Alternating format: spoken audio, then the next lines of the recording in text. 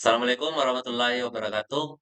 Kami dari kelompok 6 akan melakukan presentasi video demo aplikasi dengan judul Sistem Pembukuan Tabungan Nasabah Bank Sampah Unit Salima.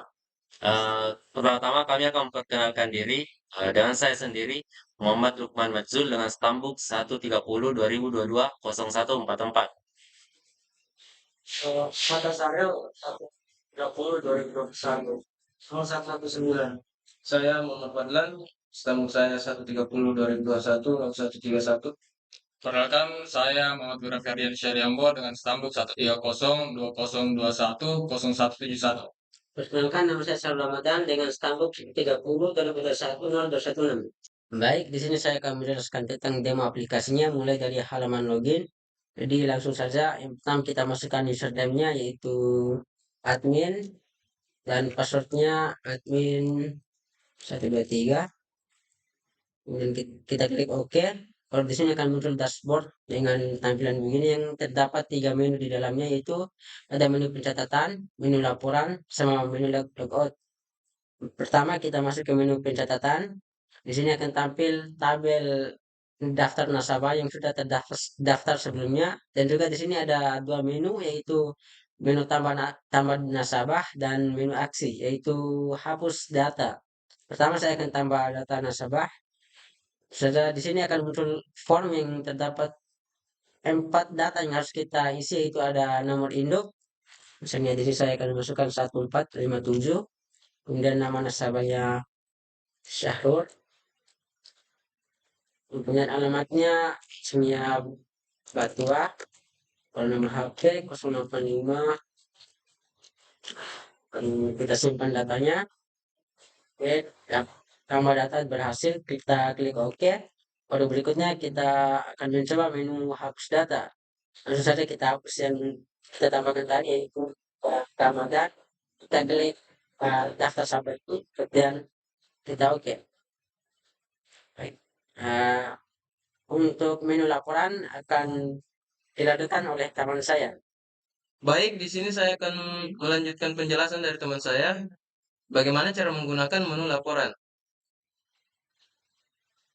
Di menu laporan ini ada 2 aksi, yaitu aksi isi data dan aksi lihat data. Pertama-tama saya akan menjelaskan menu aksi isi data. Pertama kita mengisi tanggal. Misal kita tanggal 19. Kita pilih kategorinya.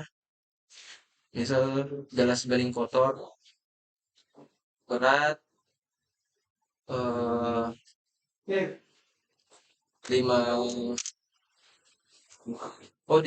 Langsung saja kita masuk ke debit. 00. Terus kita simpan. Data berhasil ditambah. Mana ini? Yang ini tadi. Lalu kita lihat aksi lihat data. Ya ini, gelas bening kotor ya. Kita kita melakukan aksi edit dulu. Di sini kita bisa merubah kategorinya, tanggalnya, debit dan kreditnya. Kita pilih gelas warna kotor. Simpan. Data berhasil diubah. Kita masuk ke lihat data. Lalu kita pilih aksi hapus data.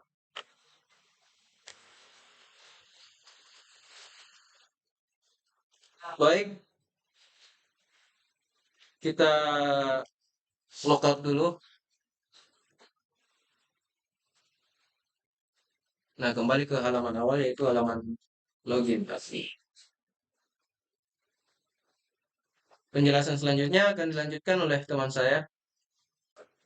Baik, di sini saya akan melanjutkan penjelasan terkait dengan perangkat lunak yang kelompok kami buat. Dalam hal ini saya akan menjelaskan terkait dengan rencana pengujiannya. Nah, dokumen ini dibuat sebagai rencana pengujian untuk mengkomunikasikan dengan jelas bagaimana pendekatan pengujian kepada seluruh anggota tim dengan tujuan untuk memastikan keandalan keamanan dan juga kinerja optimal dari aplikasi yang kami buat dengan menggunakan tools yaitu Microsoft Excel. Selanjutnya terkait dengan ruang lingkup, yaitu ada beberapa hal pada akhir fase 1 ini diharapkan penguji dapat mencapai hal-hal ini, yaitu untuk setiap kebutuhan yang harus dimiliki, penguji akan membuat tes manual yang mencakup skenario pengujian yang sesuai dan relevan. Kemudian setiap tes manual yang dibuat akan disimpan dalam Excel, kemudian penguji akan menjalankan setiap tes manual sesuai dengan langkah-langkah yang telah ditentukan. Hasil dari setiap tes manual akan didokumentasikan dengan baik, termasuk informasi tentang keberhasilan atau kegagalan tes. Komentar atau catatan tambahan akan ditambahkan untuk memberikan konteks atau penjelasan lebih lanjut.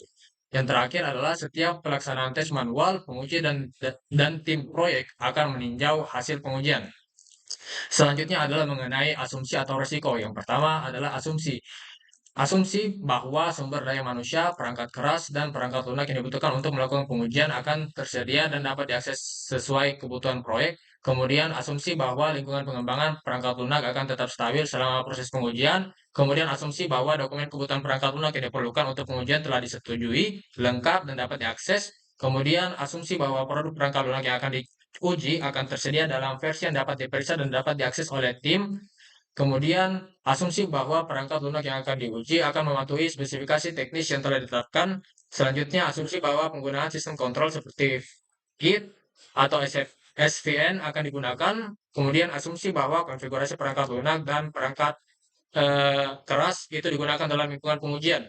Selanjutnya, terkait dengan resiko, yang pertama adalah saat penguji menjadi lebih akrab dengan alat ini, mereka akan menginginkan lebih banyak fungsi. Nah, di mana rencana mitigasi yang dilakukan adalah setiap iterasi fungsionalitas akan dipantau secara ketat, di mana prioritas akan ditetapkan dan didiskusikan oleh para pemangku kepentingan. Selanjutnya ada perubahan pada fungsionalitas dapat menandakan tes yang sudah ditulis dan kami mungkin kehilangan kasus uji yang sudah ditulis. Kemudian resiko yang selanjutnya adalah terkait dengan keterbatasan skala sistem. Selanjutnya ada performa sistem yang buruk. Kemudian ada kurangnya kesiapan pengguna. Kemudian kerentanan terhadap serangan malware atau ransomware. Selanjutnya adalah tidak sesuai dengan kebutuhan pengguna. Kemudian yang selanjutnya adalah kesalahan dalam pemrosesan transaksi keuangan. Selanjutnya ada keterbatasan efektivitas fungsi edit data. Dan yang terakhir adalah keterbatasan dalam mengubah informasi kontak nasabah.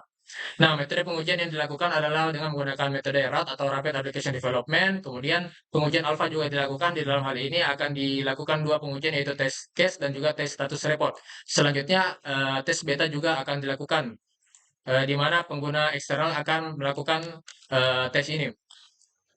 Nah, lingkungan uji itu terdapat tiga, yaitu web server, kemudian database server, yaitu dengan menggunakan MySQL, kemudian perangkat yang digunakan adalah Azure dengan sistem operasi Windows 11, dengan browser yang digunakan adalah Google Chrome dengan versi 120.0.6099.